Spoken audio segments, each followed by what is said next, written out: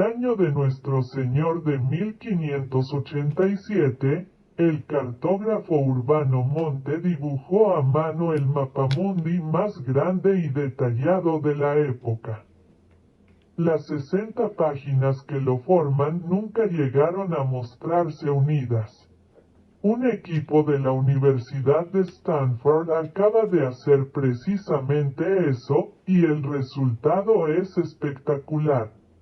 Las obras de Urbano Monte, 1544 a 1613, son poco conocidas dentro de la historia de la cartografía, estatus inmerecido en función de la escasa circulación de su planisferio y tratado geográfico. Esa oscuridad ahora ha llegado a su fin porque, por primera vez, el planisferio de 60 hojas de Monte, el mapa manuscrito moderno temprano más grande conocido del mundo, con aproximadamente 3 metros de diámetro, el planisferio de Monte hizo su debut en la conferencia inaugural de Barry Lawrence Ruderman sobre cartografía celebrada en el Rumsey Map Center, Universidad de Stanford, del 19 al 21 de octubre. 2017. A pesar de la relativa oscuridad, las obras sobrevivientes de Monte representan algunos de los productos más dinámicos del Renacimiento en el norte de Italia. El Monte Milanés, inspirado por la visita de la primera embajada japonesa a Europa, que llegó a Milán en 1585. Se embarcó en un proyecto de 20 años para sintetizar y consolidar el conocimiento geográfico de todo el mundo en 4 volúmenes, destinado a estudiantes y académicos. El Trattato Universale de Monte, particularmente el tercer volumen que contiene el Gran Planisferio, ofrece una ventana a la mente de una figura de transición en la cartografía. Aunque influenciado por las teorías geográficas de gente como Ptolomeo, Monte se alejó audazmente de las proyecciones tolemaicas y se basó casi por completo en fuentes contemporáneas, como Fine, Mercator, Ortelius y Gastaldi. El planisferio discutido aquí es el más antiguo de los 3 planisferios sobrevivientes desarrollados por Monte desde 1585 hasta 1604. Esta obra maestra de 60 hojas, inicialmente completada ca. 1587, está lleno de delicias cartográficas y también muestra la geografía en rápida evolución de finales del siglo XVI. Aunque la primera cronológicamente es la última de las obras de Monte disponible para la investigación y nunca ha sido estudiada en profundidad. La digitalización del planisferio es una oportunidad, por lo tanto, para que los estudiosos y entusiastas de los mapas se comprometan con las ideas geográficas de Monte e integren sus obras en el contexto más amplio de la cartografía italiana a fines del siglo XVI. La familia de Monte había vivido en Milán y sus alrededores durante siglos y ostentaba varios títulos administrativos en la capital de Lombardía. Su pariente más famoso fue Cesare Monti, arzobispo de Milán de 1632 a 1650, hijo de Giovanni Battista y Madonna Angela de Menclozzi. Urbano Monte tenía 2 hermanos menores y también creció con varios de sus primos en la casa familiar en Milán. A los 35 años, Monte se casó con Margarita Niguarda, quien en ese momento tenía 18 años. Tuvieron 4 hijos y una hija: Giovanni Ambrogio, Giovanni Francesco, Giovanni Battista, Giuseppe y Catarina Angela. Gracias al estatus y la riqueza de su familia, Monte tuvo una vida tranquila. Nunca ocupó un cargo público y pudo dedicarse a sus intereses académicos. Su biblioteca era reconocida localmente. A los 41 años, sus intereses giraron definitivamente hacia la geografía, tema que lo ocuparía por el resto de su vida. La ambición de sus últimos años era publicar su tratado con su planisferio. Pero una pelea con su hijo mayor y los juicios resultantes sobre dinero y herencia, lo dejaron incapaz de terminar la tarea. La única versión impresa del Planisfera permanece en un estado de prueba. Testimonio de las ambiciones de Monte y los problemas familiares. Los académicos solo se han centrado fugazmente en Monte y sus obras. Paolo Rebelli publicó un estudio en 1929, al igual que Roberto Almaguía en 1941. Más recientemente, Annalisa D'Ascenso ha ofrecido una nueva mirada refrescante que examina los ejemplos entonces conocidos, planisferio manuscrito de 60 hojas en la biblioteca del Seminario Arcivescovile di Milano en Menegono in Erioro. Este ejemplo particular del trabajo de Monte es, como se mencionó anteriormente, el más antiguo de los 3 planisferios supervivientes. Consta de 60 secciones de mapa en papel unidas a modo de atlas. Cuando se unen, las piezas forman un enorme planisferio que se extiende a lo largo de 3 metros y representa el mundo entero como lo conocía Monte en una proyección polar azimutal. También hay un mapamundi a doble página, hoja clave, y 13 dobles páginas de tablas de latitudes y longitudes, distancias, temperaturas, vientos dominantes, eclipses, etc. Se incluyen 2 retratos de Monte, uno cuando tenía 43 años, 1587, y el otro cuando tenía 45 años, 1589. Además, hay cartuchos recortados y notas marginales en varios de los mapas que sugieren que se trataba de un documento de trabajo. Él para hacer una masa de tierra del sur para acomodar a Java Minor, Beach, Lukács y Maletur. La hoja clave, aunque informativa, está relativamente sin adornos. Las secciones del mapa, en comparación, están llenas de florituras decorativas que cuentan la historia y el mito de los lugares tal como los conocía Monte. Las 60 hojas forman 5 anillos. Ciertas características geográficas están marcadas con imágenes. Por ejemplo, el trópico de Cáncer tiene crustáceos periódicos que rodean la latitud. También hay animales en abundancia. Un unicornio salta a través de Tartaria en Tabola 2 y un grifo acecha en Tabola 3. También se destacan ciertas figuras políticas. Monte vivió durante el reinado de Felipe II de España y el poder del Imperio Español es evidente en todo el mundo. Se pueden encontrar varias armadas españolas desde el Atlántico hasta el Pacífico. La ascendencia española también es evidente en la gran viñeta en el Atlántico Sur, que muestra a Felipe con un caballero español en un barco con otro hombre que se supone que es el rey del Perú. El peruano le muestra a Felipe las riquezas de las Américas. La viñeta es idéntica a la de un mapa de Giacomo Gastaldi y Paolo Forlani de 1561. Para entender por qué Monte crearía un planisferio tan grande y detallado, es útil mirar las obras que creó antes y después de este primer planisferio. Su primera obra escrita, que sepamos, fue delle cose più notabili successe nella città di Milano. Esta historia familiar de 4 volúmenes sobrevive en su totalidad en la Biblioteca Ambrosiana y en parte en la Biblioteca Braidense. Está fechada en 1587 gracias a la mención de las remodelaciones del Duomo y cubre la historia de la familia Monte que data de 1386. Si bien la obra es una pieza interesante de la historia local, Su importancia se ve realzada gracias a la descripción detallada de la embajada japonesa en Milán de 1585. Esta fue la primera embajada japonesa en Europa y fue orquestada por los jesuitas.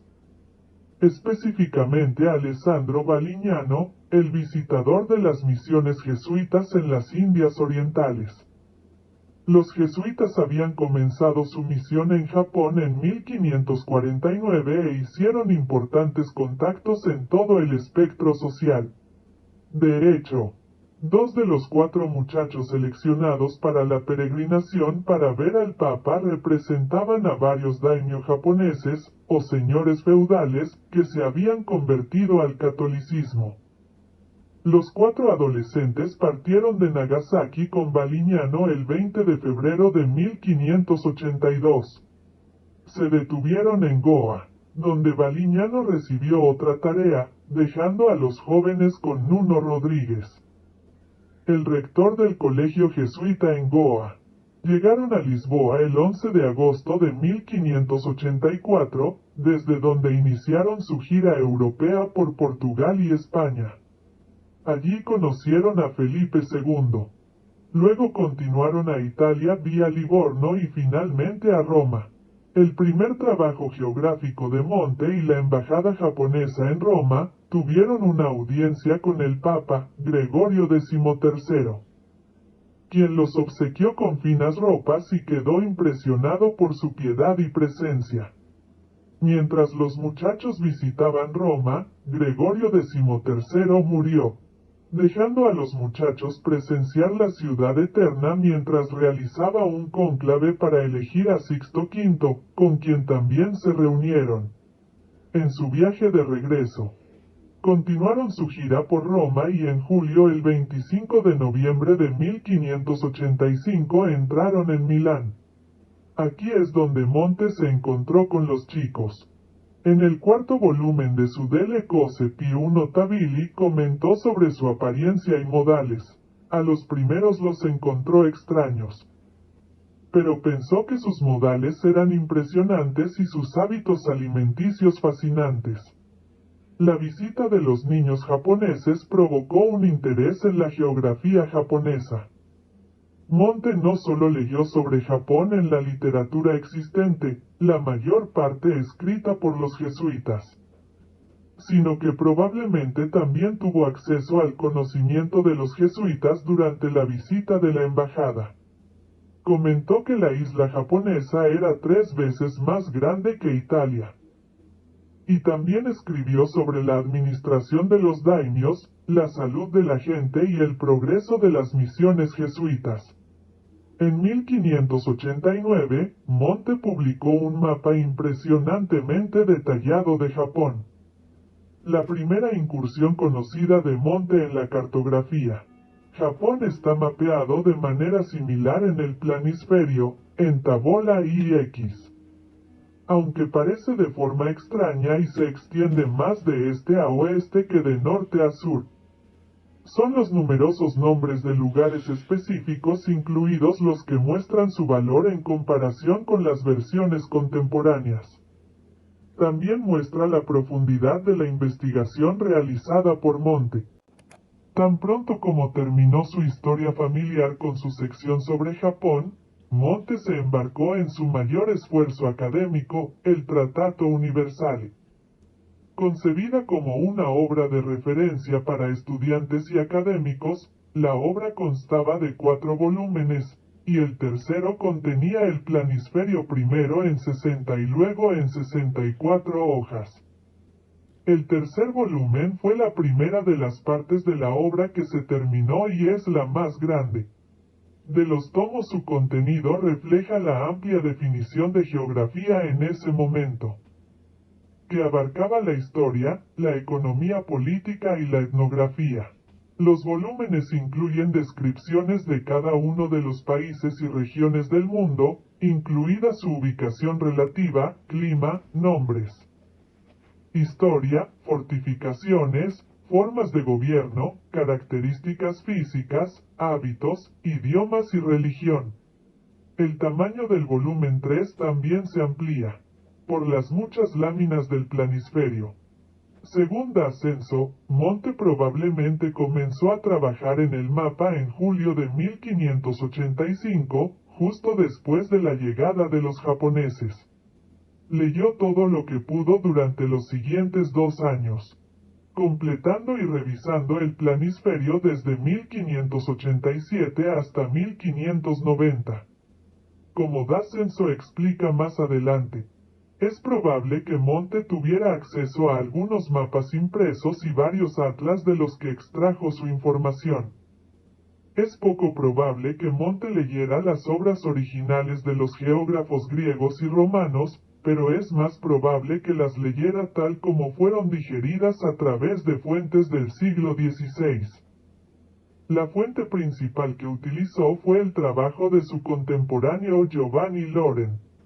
Tratato Universale y las proyecciones del planisferio Z o Danania, 1545 a 1609, cuyo l'Universale fabrica del mondo.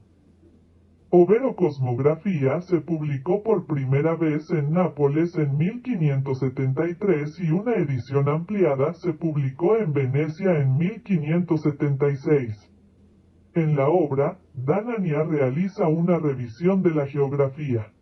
Historia y Antropología de Europa, Volume I, Asia, Volume 2, África, Volume 3, y las Indias Occidentales, Volume IV. Otras fuentes incluyen a Hernán Cortés, Fernando Colón, hijo y biógrafo del famoso Cristóbal, Girolamo Giraba y Juan González de Mendoza. Para el estilo y la información cartográfica, Monte se fijó especialmente en Giacomo Gastaldi, así como en Olaus Magnus, Paolo Giovio, los hermanos Zeno, Gerard Mercator, André Tebet, Oronce Fine y Abraham Ortelius. Monte hizo un uso innovador de los materiales que tenía a su disposición. Tampoco se basó principalmente en las proyecciones de Ptolomeo, sino en fuentes más contemporáneas, un paso que muchos de sus colegas geógrafos, incluido Danania, no se atrevieron a dar. La innovación de Monte es particularmente notable en las proyecciones que eligió para el planisferio. En los ejemplos de 60 hojas, Monte eligió una proyección azimutal polar, es decir, una representación del globo radiando desde un polo norte central, con los grados de latitud mostrados a intervalos equidistantes.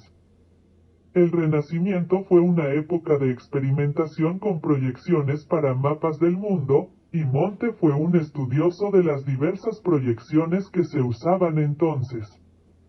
Con el advenimiento de las circunnavegaciones, el comercio con las Indias Orientales y el encuentro con las Américas, los eruditos del Renacimiento literalmente se expandieron, necesitando nuevas formas de representar el globo redondo en un plano bidimensional.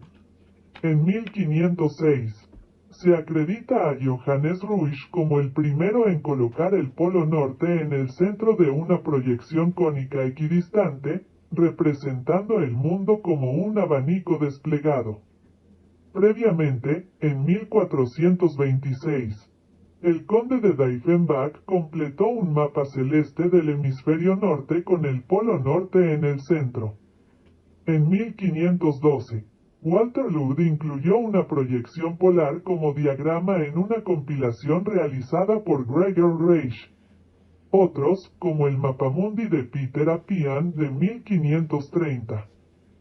El Mapamundi de 1536 de Oronce Fine y el Mapamundi de Mercator de 1538 empleaban interpretaciones de un mapa cordiforme o en forma de corazón, doble cordiforme, en el caso de Mercator.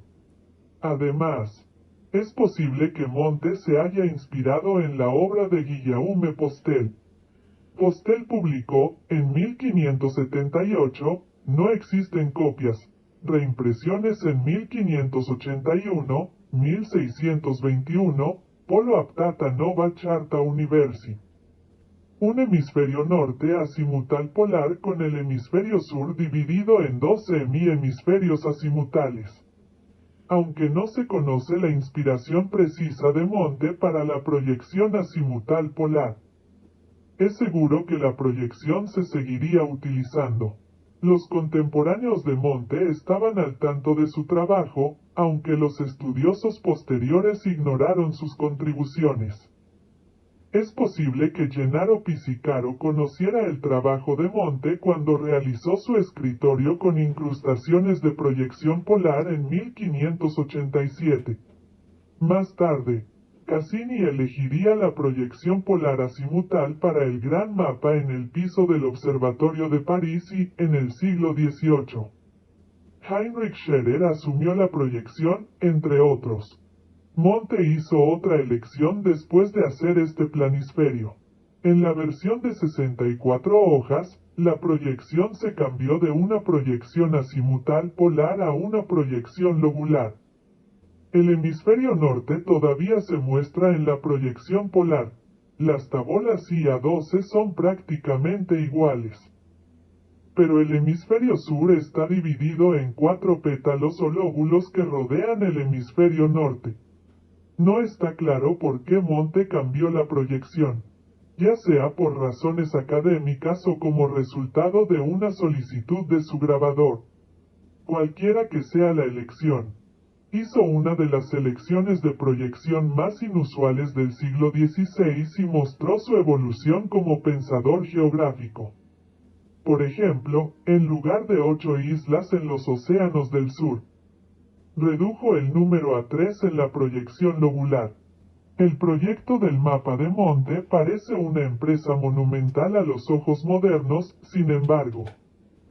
Durante su tiempo él era simplemente un erudito caballero que se embarcaba en un estudio más profundo en una de las áreas más populares de la erudición, la geografía. En el siglo XVI, la geografía como tema y los mapas como objetos proliferaron en la sociedad italiana. Lo más destacado de la producción académica fue la obra magna de Giovanni Battista Ramusio, Navigationi et Viaggi, que se publicó entre 1550 y 1559. Mientras que el proyecto de Ramusio era reunir los viajes más importantes en la historia de la exploración, el de Monte era compilar todos los disponibles conocimientos sobre la extensión y población del globo. Aunque Monte curiosamente no nombra a Ramusio como una de sus fuentes, aún es posible que haya utilizado obras de Ramusio. Más allá de los textos, los objetos cartográficos se utilizaron como decoración en abanicos y biombos. Fueron utilizados como tapices y con incrustaciones en mesas, como en el caso de Pisicaro. Los inventarios domésticos sobrevivientes revelan que muchos hogares de clase alta no solo poseían mapas, sino que estos se exhibían en las áreas más sociales de la vivienda, lo que ayudaba a construir la identidad del propietario como un individuo culto y cosmopolita. Se sabe de las muestras de poder y riqueza a través de mapas en el Palazzo Vecchio y el Palazzo Farnese. El primero es el Ayuntamiento de Florencia y contiene un gran salón lleno de mapas murales, con la intención de retratar el mundo entero como se conocía a mediados del siglo XVI. La sala nunca se completó. 53 de las 57 pinturas previstas sobreviven hoy. Sin embargo, esos murales que se completaron ejemplifican cómo se proyectó el poder político a través del conocimiento geográfico mostrado públicamente. El Palacio Farnese contiene una sala de mapas, un gran espacio abierto con paredes y techos que muestran la extensión del Nuevo Mundo tal como lo descubrieron Colón y sus contemporáneos. El gran planisferio de Monte fue parte integral de estos proyectos geográficos que pretendían aprovechar el conocimiento sobre el mundo a fines locales y regionales. Monte esperaba educar. Los diseñadores del Palazzo Vecchio esperaban controlar y asombrar. En el siglo XVI, la geografía se usaba de más formas y en más lugares que nunca. El Mapamundi manuscrito de Monte. El más grande que se conoce, es un testimonio de la maravillosa geografía que tuvo para las generaciones que vivieron el emocionante siglo de descubrimientos que fue el siglo XVI. Su mundo crecía cada día y Monte quería entenderlo todo. El planisferio de Monte es un tesoro de información y oportunidades para los investigadores. Ahora está disponible para una amplia audiencia por primera vez y se espera que se pueda aprender más sobre Urbano Monte, el caballero geógrafo de Milán, y su maravilloso planisferio gigante.